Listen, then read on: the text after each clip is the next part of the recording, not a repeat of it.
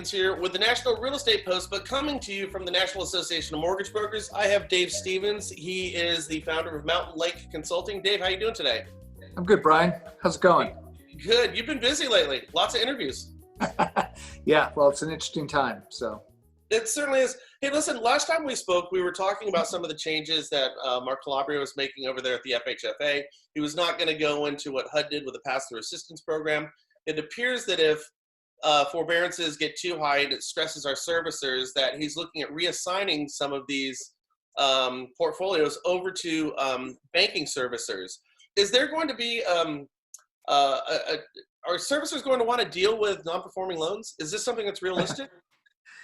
I don't think it's realistic at all. Let me tell you what's happened since we last talked, because there's a lot of pressure being laid both at the Treasury Department and at the Fed. So first and foremost, Chairman Powell of the Federal Reserve gave an interview to the Brookings Institute last Thursday. This question came up during that interview, and he was very explicit to say that the Fed was very concerned about the non-bank servicers in particular, and was watching it closely. Indicators are that they may actually consider putting up a liquidity facility. I know the NBA has been working hard on it and has sent letters into the Fed asking them to look at this. Similarly, there's been two letters from Congress. One was both very bipartisan, by the way. One was from the Senate and was 50-50 Republican, Democrat, went to Mnuchin and Powell, asking them to intervene and create a liquidity facility. The letter from the House that just went on Sunday night, a couple nights ago, that was also a bipartisan letter from members of the House of Representatives asking for the same thing. Today, there's an article in Bloomberg that quotes a lot of the folks, Brian, that you're aware of, we've talked about before. It quotes Chris Whalen, who wrote a pretty aggressive piece. Chris is a well-known analyst in New York and trader background in the MBS space, but it quoted former folks from the administration, Jim Parrott and others. But that article today just talked about how Wall Street doesn't like Mark Calabria. It quoted Michael Bright from SFIG and others. And then the Treasury Secretary Mnuchin last night gave an interview, and he actually said he's very concerned about the non-bank servicing and is looking at ways to get involved. So, this circle's tightening around Mark. And I think the concept of letting a big servicer fail or servicers fail, pulling defaulted servicing and sticking it with some bank, as you point out in your question, is kind of a ludicrous proposition, because nobody's going to want to take on the expense, the cost of that non-performing servicing. Technically, maybe not non-performing, but the reason why a servicer would go into default, frankly, is because they'd have an excessive amount of loans in forbearance, and they wouldn't have the liquidity to make the advances. So that's the reason why the servicer would fail. So anybody who takes that on would be inheriting all of that liquidity expense. Someone would have to pay that price or subsidize them for that work. That could cost the GSEs just as much as putting up a liquidity facility. And so, my hope is either Treasury prevails on Mark to do something. And the reason why I think that could happen is, remember, the preferred stock purchase agreement, the contract that has the GSEs in conservatorship, is between the Treasury Department and each respective GSE, with the FHFA as its regulator. Treasury's the single biggest shareholder in these two companies, and they have a huge ownership stake in how the PSPA operates. So it's not like they're a non-vote here, and they can certainly put pressure on Calabria. I think there are other pressure points being made on members of the president's family who have friends on Wall Street, who know people who are very concerned about this. I know there's letters being sent from people I don't want to state here, but I saw a copy of a letter from a very influential Wall Street player to Mnuchin. And so these things are happening. So I think at the end of the day, I don't think we're going to see the dominoes fall as failures. But again, you raised the most important point here, which is, in your question, uh, who's to think that anybody's going to want a bunch of loans that are in forbearance and take on all those advanced requirements and ultimately the workouts that happen on the back end in this process. And that's why I think ultimately one of the federal agencies, whether it's FIFA, the Treasury, or the Fed, there'll be some form of liquidity facility set up in time before we start seeing these failures happen. That's my guess, but I don't think all is lost at this point. It reminded me of, when I was thinking about this, of the old Countrywide Bank of America scenario. I'll buy them. No, I don't want them. You're going to buy them type of thing. You're going to service these loans. Yeah. Question here with the Treasury. If they do put together a liquidity facility, would they be able to skirt the FHFA and go directly to the servicers, or do they have to get the blessing of Calabria and the FHFA if, in fact, they did put that together? No, they don't. The servicers can go to any borrowing window that's open to them, and so I don't think the Treasury necessarily would create the window because they don't have that capability. They have the money. They're the bank, so they could give the Federal Reserve the money to set up a facility. The Fed is used to windows, as you know. There's a Fed window now that banks can go to. And by the way, Brian, I think for the mortgage brokers as well should be aware of this. The banks won't have a problem here because they have an advanced facility. They can go to the Fed window and borrow as regulated depositories that the Fed supervises. They can do that all day long and exchange their servicing assets for borrowing or just do pure borrowing from the Fed window, depending on which structure they go with. They can also go to the Federal Home Loan Banks, which have a liquidity facility that banks have used for years. They have that capability. It's just not open to non-banks. So what Calabria is sort of doing here is screwing the non-bank community for something that's no fault of their own. So I think that if the Treasury were to get engaged and not convince Calabria to do it, they would help support the financing needed for the Fed to create a window that would, in essence, exchange a commitment, a lien on the MSRs against liquidity advances being provided to the MBS investor on behalf or to the servicer so they can extend to the investor. All that structure would have to be created, but they're used to advanced facilities. They have them in a variety of construct at the Fed today. It's just a matter of now saying, okay, non-banks can now get access to this.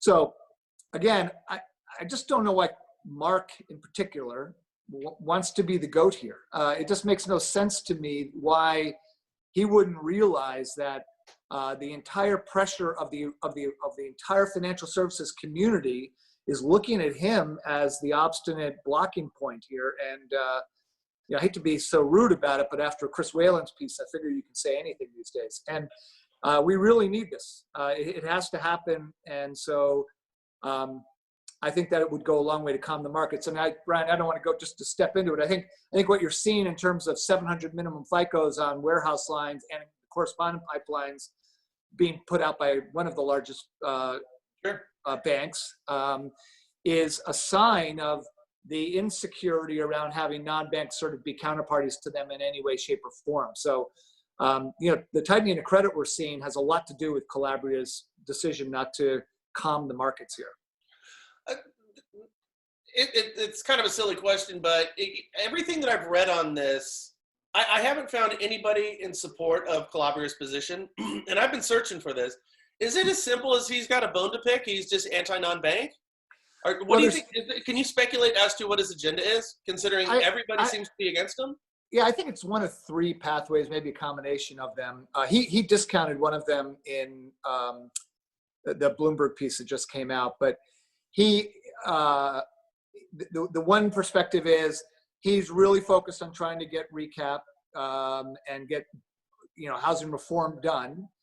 And I think that also includes guys, if the GSEs are recapped and released, I just want to say it's going to be a much smaller looking GSE in terms of what they're able to do. But nevertheless, I think he wants to get that done. He's worried that if they now have to do all these advances to servicers, that's going to really destruct their capital base, as well as maybe pull from the line of credit at Treasury and it'll almost put a stop to any opportunity for recap, at least before the election, or even steps to get investment capital behind that. So, and I think there's movement there. And I think folks like Ackman and Paulson and others who are big investors in the GSE shares might be whispering the same thing. That's one possible angle, some validity to it, although Mark said, and others have said, they think that the concept of recap and raising equity now, given all what's going on, is probably not going to happen anyway, at least not till well after the election and well past Corona.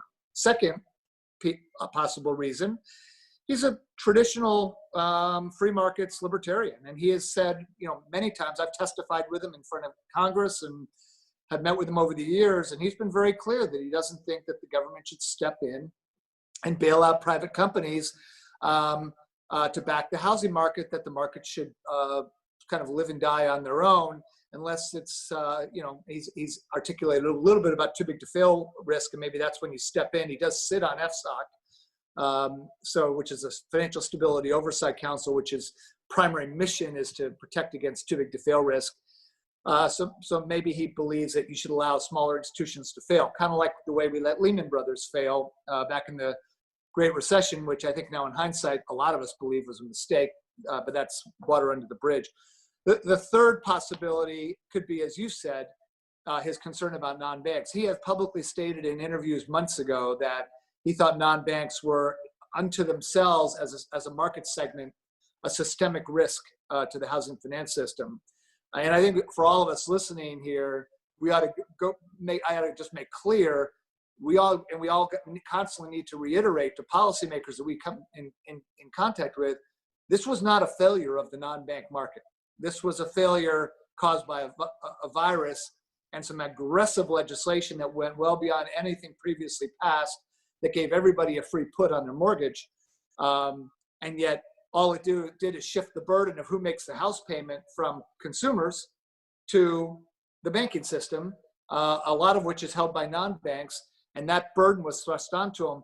These assets are actually owned by the GSEs. Freddie and Fannie own the MSRs. They own the servicing rights. It's been a decades-long debate with the GSEs, but they own the servicing. These servicers service on behalf of Freddie and Fannie. Freddie owns all these servicing rights. It's their responsibility to make these advances when a program like this is thrust on the nation. So I don't know, that's a lot of response there, but I do think it's one of those 3 points. Either it's concerned about how it impacts GSE reform. 2 is kind of just general philosophical libertarian beliefs as an economist from where he sits. Or third, potentially, or in tandem to that, potentially just believing that we should, let the non-banks fail because they're a risk in general. So in Calabria's defense, the one thing that I did see is the early prognostications were we were going to see 25 to 30% of all Fannie and Freddie loans that were going to be in forbearance. I've seen all the articles; they're up 2,000, 3,000%. The time on wait for Mr. Cooper, the 86,000 that they had forborne, and I just saw forbearance requests are up 78%. With all of that said, for Fannie and Freddie's portfolio, it still seems like it's only sitting at about 3.5%. We're not nearly the 25 to catastrophic 30%. Could you make an argument that Calabria is right then in that sense? Or do you expect to see a spike in forbearances? I can make the argument that the numbers are going to go up. So even in the release that MBA released, which is the numbers you're citing about what's happened in forbearance so far, remember, we're just a few weeks into April. A lot of people are making payments. In fact, I'm hearing from servicers, they have borrowers who are approved for forbearance and still made the April payment. The longer we go with unemployment here, the longer, and as those numbers grow, the more the increases we're going to see in forbearance. So that's point number one. To add to that, it wasn't an estimate of 20 to 25%. It was a what if scenario. So they're like the NBA, amongst others, many others. Mark Zandi put out a piece as well with a few folks, the economist, Mark Zandi. But they both similarly said, if it gets as high as 25%, this could be the overall impact. So no one knows exactly where it's going to go. This is completely uncharted territory. But I will tell you, everybody in the business and every economist looking at this is convinced it's going to go a lot higher from where it is just in this first couple of weeks of April since the forbearance plan went into effect. final point I would make, Brian, is, markets hate uncertainty. And so what Calabria doesn't realize is, waiting till the pain points are reached while not giving the markets confidence that they will step in if it's needed is what's causing all these credit pullbacks, all these overlays, everything. Warehouse lenders, the reason why they're tightening what they want in their pipeline, what they'll allow in their pipeline, is they don't want to get caught holding the bag, because now Marcus said he'll let them fail. They don't want to have a whole bunch of pipeline. They don't want a big pipeline of loans that then they have to ultimately dispose of. So they're putting credit limitations on their pipelines for warehouse lending, just in case the non-bank fails, because they can't make the advances and no one's there to bail them out, and they have to ultimately settle those loans. They want loans that will absolutely sell, close to par or better, not at a discount. And so the reason why you're seeing overlays is a direct on warehouse lending, which ultimately means you can't originate them, is a direct result of the fact that Mark is not creating an environment of certainty in the financial services market. And can I add one more point, Brian? Please. Look at what the Federal Reserve did. The Federal Reserve stepped in immediately, and Powell has reiterated time and time again in every single interview, including this one just a few days ago, that they're going to be there. They're going to step in with force. They're going to continue to step in and do whatever's necessary. There was no waffling, no hedging, and the markets loved it. Look what happened to the stock market after Powell's comments, and look, it's crazy what's happened, that the markets remain as solid as it has. But a lot of that's coming from confidence from the Fed and other aspects of how they view this thing planning to play out. Congress immediately acted and passed the biggest bailout package ever in the history of this country, quickly signed into law by the president. Practically no votes at all on the bill, because they stepped in with force. Why? And threw money everywhere. Maybe in ways that I'm not totally in agreement with. Doesn't really matter. They threw money everywhere because that's what you do when you're in a national crisis like we're in today.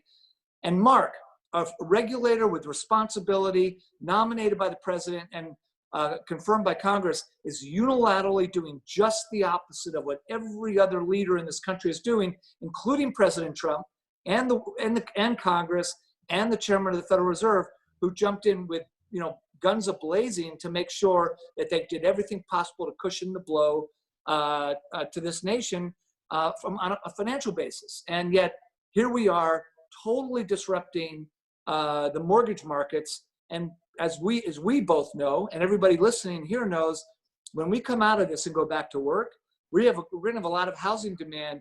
If we have screwed the market and compressed credit availability to an extreme extent, it's going to take quite a while to come out of that.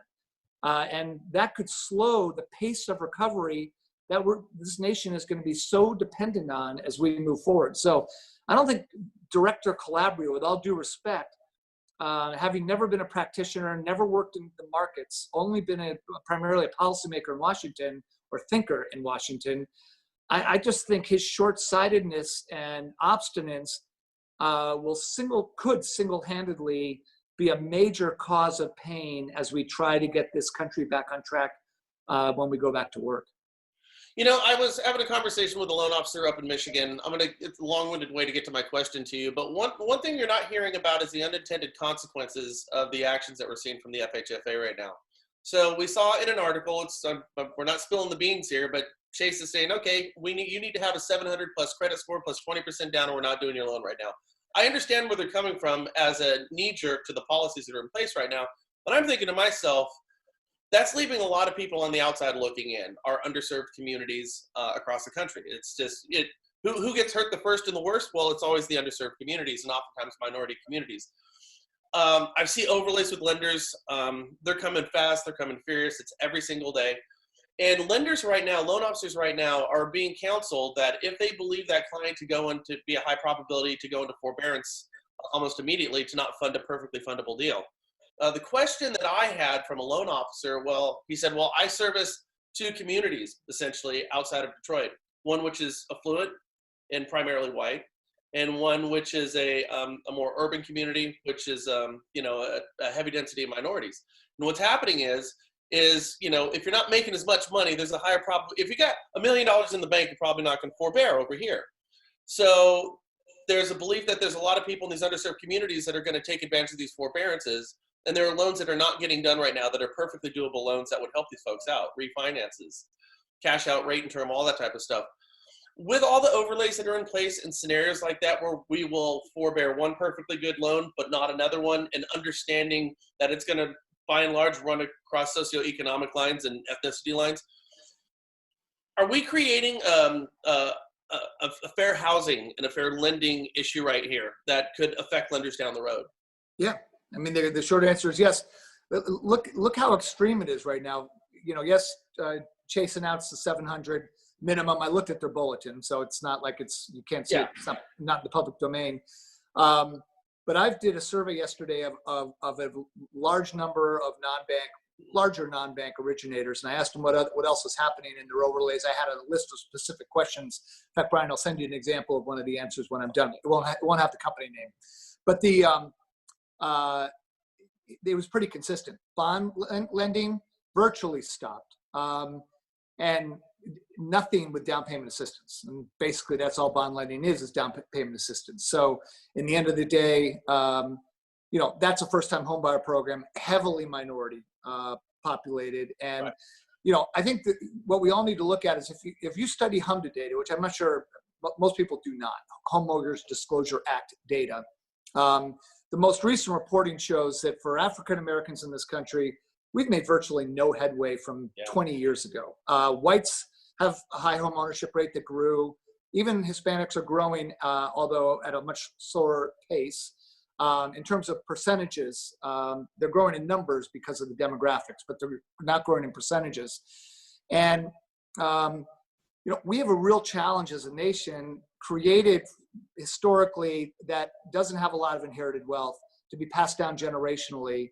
And so if you're a first-time home buyer in the African-American community, you may be the first in your family to own a home. And so how do you get access to home ownership? You get it with lower down payments because, again, you don't have inherited wealth. Mom and dad can't help kick in for the down payment like I did for my kid, my daughter, and will do for others. And you also, because you don't have the inherited wealth and backstops, you will tend, as a mean average, have a lower credit score than white non-Hispanics. And so, to your point, all of these overlays, 700, that's going to be a very white borrower population. Right. And we're seeing it with bond programs, FHA lending, reserve requirements, and more. And if you read the Chase document, it wasn't just the 700 minimum FICO. If there's a self-employed borrower on the package, they have to have 12 months of reserves, 12 months to be approved. I understand why they're doing it. And my worry is too many others are following you. And to the point you laid out in your when you're framing the question, this is changing by the hour. And what I've learned in my career is no one wants to be the point of adverse selection. So if someone sets a threshold at X for a credit score or whatever, highly likely that the majority of the industry is going to eventually follow. Will it go to 700 and JPM's rules? That's a little extreme, but you know what the overlays that are happening. You're seeing it on the street as you talk to folks out there, 640, 680, depends on the product and cash out or rate and term and those kinds of things, FHA or agency. But it's a big deal. Now, I got to do the forbearance piece because you raised that. Don't close a loan if the borrower is going to go into forbearance, even if it's sellable. Why? Right. Freddie and Fannie have a policy in place that you cannot sell a loan that's first payment forbearance. You'll have to own it. And more importantly, if it goes into forbearance in the first 15 days, they'll kick it back to you as well. Huge risk on the investor from that Rep and Warren standpoint. To me, that's another foolish decision because Ginnie Mae, who was always the most inflexible operator in mortgage finance, suddenly is looking like the king of helping to solve our problems by creating their liquidity facility. And likewise, they're at least stating for now, you can take a first payment forbearance that's insurable and put it in a Ginnie pool. And so, I'm really just shocked at how this all goes back to how Calabria, and ultimately because the GSEs have to follow his direction, are causing all of this contraction from a credit availability standpoint. And you're right, it's going to crush first-time homebuyers and particularly minorities the most. And that's what I keep hearing. And I'm looking at these overlays, and it's just kind of here we go again. I got two more questions for you. The first one is everybody's pulling back. Our jumbos are gone. Our non-QM is gone. Our overlays are through the roof again. This is starting to feel a little familiar to me. You know, that Yeah. 2009, 2010, when our credit availability swung from the pendulum went from super loose to incredibly tight, where very few people could get a mortgage, and it took a long time. It took years to get out from underneath that. On the path we're at right now, assuming, snap our fingers, we kind of get out from underneath this thing in the next few months, how long is it going to take for credit availability to come back and start servicing some of these communities that are clearly going to be collateral damage at this point? Well, it's a great question, and I wish if I had that answer for you, I wouldn't be doing these interviews. I'd be betting on the markets with precision. But here's my own perspective: is as to your point, the more the pendulum swings to one side, the longer it's going to take to come back the other way. And that's why the more confidence we can have and provide the financial markets in general about backstops, the more likely that they're not going to contract as much as they would have otherwise. You remember the response to the last recession, and keep in mind, the last recession, home prices dropped roughly 24% from peak to trough in this country. So we had huge negative equity problems in the sand states and the brown states, as we call them, manufacturing states. And we had, huge unemployment because of a truly real recession brought on by a credit erosion in the housing finance system, and credit tightened. But I don't think it tightened as much as we're seeing today. I remember the standard overlay on an FHA at its worst got to be about 640 as a minimum FICO. I'm seeing higher ones out in the marketplace right now. And the caps on refis, the caps on bond programs, and those kinds of things are pretty extreme. There's a way you don't repeat that pendulum from going as far as it did. Especially since this wasn't brought on by a credit event. We have actually awesome demographics for housing, unlike that period in time. And we have a shortage of available housing supply, unlike that period in time. And, it's all of this is coming from uncertainty. And the only point of uncertainty left right now is the result of this one individual who heads the directorship role at the FHFA, and ultimately the GSEs, inability to respond even if they wanted to, because they have to comply with their director's orders. So that's where we sit right now, and I worry that that's going to delay the time frame for recovery for bringing credit back in, because you and I both know this market's being driven by the millennial first-time homebuyer. That's what's driving the entire market. McMansions in the $1 million+ range or $2 million range in communities all across the country are really still slow. We weren't seeing appreciation there or high demand. Where we're seeing the massive demand is the entry-level housing and move-up market. That's the millennial generation. And those are the guys who need the availability of credit to be the widest more than any. And I worry greatly about how long it's going to take to come back, because that's going to impair the recovery of the economy. So again, it's kind of, Mark Calabria right now is somewhat of an enigma to me. So I'm just trying to figure this out from his perspective. Jenny and HUD seem to have done, I guess, a fairly decent job with the pass-through assistance program and their approach to this. Could it be that they've got 3 times the capital reserves of what's required, their congressional mandate right now? They were kind of left alone over the past decade, so they're capital rich right now. Whereas we had the quarterly sweeps with the GSEs, and I think the last time I saw they have $20 billion right now or so. Could it be the policies that were in place for the past 10 years with the GSEs as opposed to HUD, or maybe one of the reasons why he might be going down this road, or am I completely off base on that? Well, I have a pretty strong opinion on this subject, and I remind everybody, I ran the single family business at Freddie Mac, and I saw some of the mistakes being made. I left in 2005. So it was several years later that the crash happened, of course. But, I saw how market share went to the largest banks, because the GSEs gave sweetheart deals to Wells Fargo and Countrywide over smaller banks and independent mortgage bankers. I also saw the risk taking that took place, and I saw the actions in the retained portfolios of Freddie and Fannie being used to buy tranches off of subprime securities. They were buying a lot of NODOC, a lot of Alt-A because it was yield rich, and they failed. So Freddie and Fannie collapsed and failed, and it was the Bush administration that had to come in and bail them out in 2008 and put them into conservatorship. So, having them wind down and be restructured, I think was the right thing to do. And, we've been trying to figure out how to do that. All policymakers have ever since.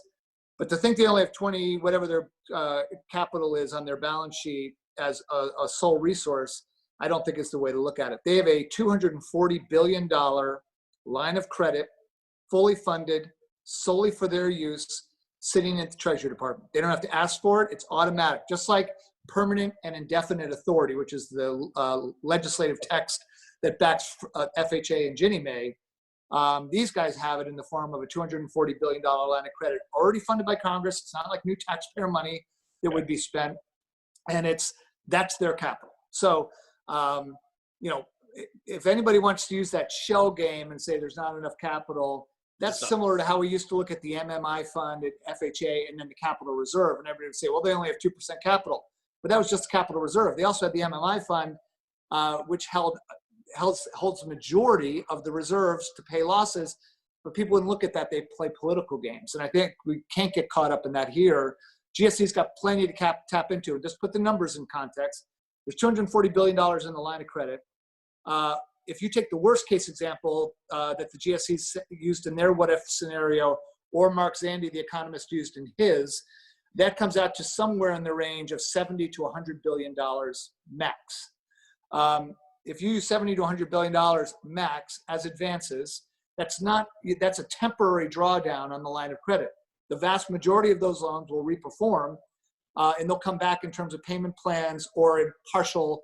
I'm not going to talk about the Ginnie Mae side. So, but that'll come back in the form of advances. Let's do the math just a little more. Their estimate was a total of about $70 to $100 billion, depending on who you read, of which about 40% of that is Ginnie Mae programs, FHA, VA, USDA, and 60%, let's say, is the GSEs.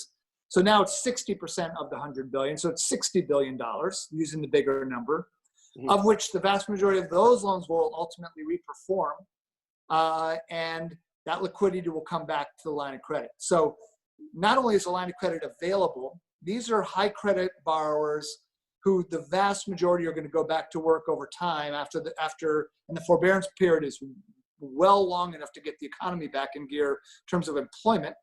And so you're really not ultimately dipping into that line of credit, except for those loans that ultimately go into default. And guess what? The GSEs have to pay for those anyway.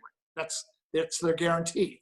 So I just think this, people who need to understand the machinery here, the money's there. It's in a checking account, sitting in Treasury in their name. They can draw from it to do these advances. There's no excuse, just like flat out no excuse not to back the market with a promise of liquidity if needed. And that in itself would help ease the daily, hourly tightening we're seeing in the credit markets that's going on right now. So with the government's preferred purchase stock agreement that they had back during the last bailout, they essentially have the controlling shares of Fannie and Freddie. Do you expect to see something change in the near future, even if Mark Calabria doesn't come off point? Or do you think there's going to be enough pressure to get him to come off point? Because, I mean, there's light at the end of the tunnel right now, but it appears to be a train coming at us.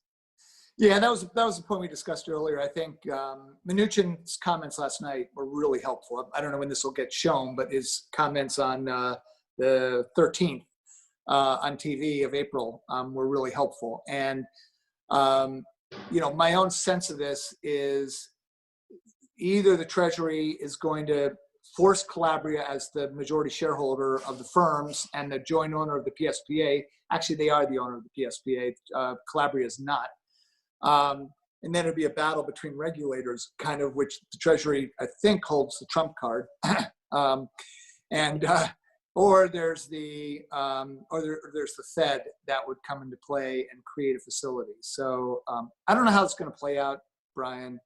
I just can't imagine that policymakers in DC, having done everything with such overexertion, both through the Federal Reserve, through the legislation, to cushion the blow, that they're going to let this whole market disrupt. And I'm not sure how it happens. I'm not sure it'll be without pain. I'll give you just one example of how this can hurt.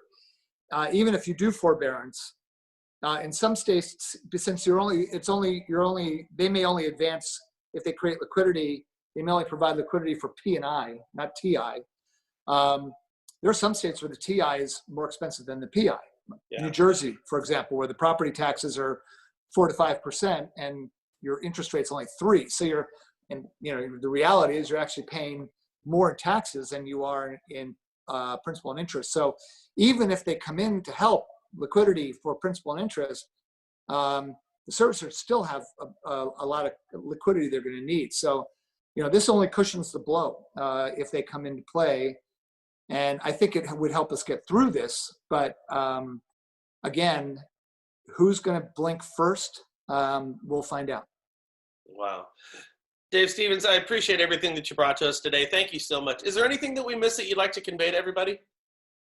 No, I mean, I'm glad I had a chance to talk to the National Association of Mortgage Brokers with you, Brian. I did one with the other group, but NAM has been around for such a long time, and you guys are really critical to the housing finance system. As you know, I ran wholesale for Wells Fargo and worked with brokers, and you know your communities well, and you really fight fiercely for the consumer, and you give them choices. And so the one thing I am confident in that, once again, large originators, particularly banks, are going to realize in this slowdown period that having a retail sales force is pretty darned expensive. And they also may realize after they advance all this liquidity, you saw some of the write-downs that were announced this week about MSR values on some of the biggest banks.